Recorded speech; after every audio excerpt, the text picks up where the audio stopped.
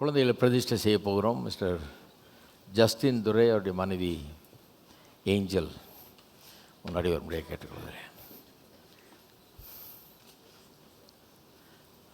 ஒரே நேரத்தில் 2 குழந்தை. கர்த்தருக்கு ஸ்தோத்திரம். கர்த்தர் தான் நமக்கு பிள்ளைகளை தருகிறார். சில நேரத்தில் 2 தர்றார்.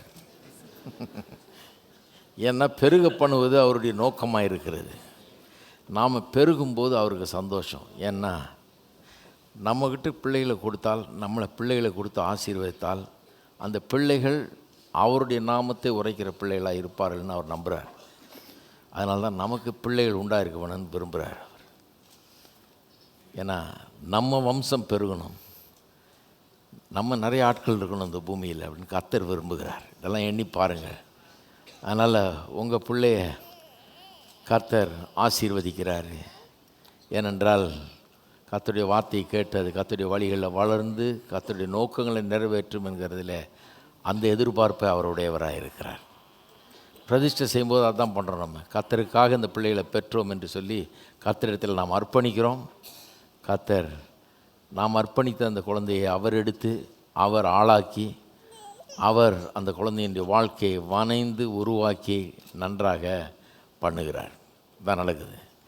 அவர் இந்த குழந்தைகளை பிரதிஷ்டை செய்வோம். முதல்ல யார்?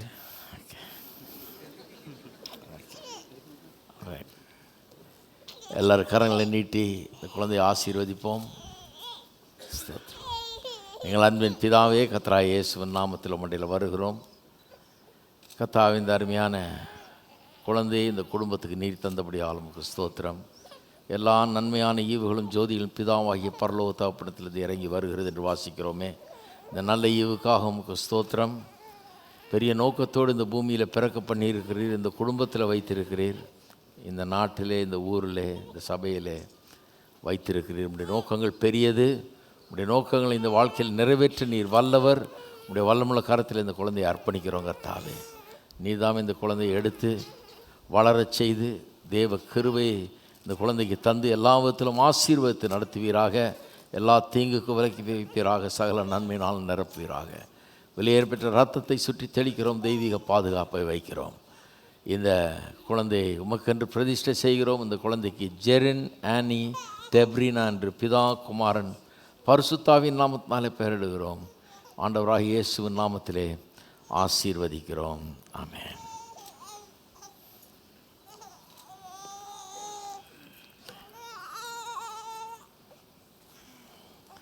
Okay, all right.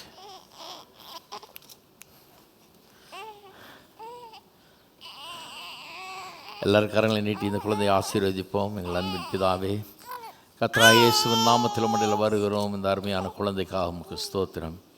ஒரு பெரிய நோக்கத்தோடு கர்த்தாவே, எதிர்பார்ப்போடு, பெரிய திட்டத்தோடு இந்த குழந்தையை நீர் இந்த பூமியில் பிறக்க செய்திருக்கிறீர். ஜீவனை தந்திருக்கிறீர். இந்த குடும்பத்தில், இந்த நாட்டில் வைத்திருக்கிறீர். உங்களுடைய நோக்கத்தை எண்ணி பார்க்கிறோம் கர்த்தாவே. இந்த உன்னதமான உயர்ந்த லட்சியங்கள், நோக்கங்கள் நிறைவேறும்படியாக இந்த பிள்ளையை உடைய கரத்தில் அர்ப்பணிக்கிறோம். இன்று முதல் நீர்தாவே இந்த பிள்ளையை காத்துக்கொள்ளும். இரத்த கோட்டைகளை மறைத்து கொள்ளும். தீங்கணுகாதபடி காத்துக்கொள்ளும். உமக்காக வளரட்டும். அறிவிலே பெருகட்டும். உம்மை ஏற்றுக்கொண்டு உமக்காக வாழ்ந்துபடி நோக்கங்களை நிறைவேற்ற இந்த குழந்தைக்கு நீர் உதவி செய்வீராக. கர்த்தாவே, எல்லா விதத்திலும் ஆசீர்வதிக்கப்பட்டு அநேகருக்கு ஆசீர்வாதமாய் விளங்க வேண்டும் என்று ஜெபிக்கிறோம். இந்த குழந்தையை உமக்கென்று பிரதிஷ்டை செய்து இந்த குழந்தைக்கு ஜெர்லின் ஆனி டெபோரா என்று பிதா குமாரன் பரிசுத்தாவின் நாமத்தினாலே பெயரிடுகிறோம். ஆண்டவராகிய இயேசுவின் நாமத்திலே ஆசீர்வதிக்கிறோம். ஆமென்.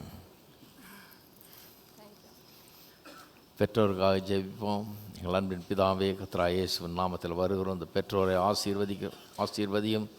பிள்ளைகளை பெற்ற இவர்கள் உமக்காக இந்த பிள்ளைகளை வளர்க்க தங்களை அர்ப்பணித்து கொள்ளட்டும். கர்த்தாவே, உங்களுடைய வார்த்தையின் அறிவிலே அவர்கள் ஆழமாய் வளர்ந்து அதை இந்த பிள்ளைகளுக்கு போதித்து நானும் என் வீட்டாரும் என்றால் கர்த்தரையை சேவிப்போம் என்று எழுதியிருக்கிறபடி உம்மை சேவிக்கிற ஒரு குடும்பமாக, உமக்கென்று ஒளிவிட்டு பிரகாசிக்கிற ஒரு குடும்பமாக அவர்கள் திகழட்டும் என்று ஜெபிக்கிறோம். அவர்கள் ஆசீர்வதிக்கிறோம். இயேசுவின் நாமத்தில் ஜெபிக்கிறோம்.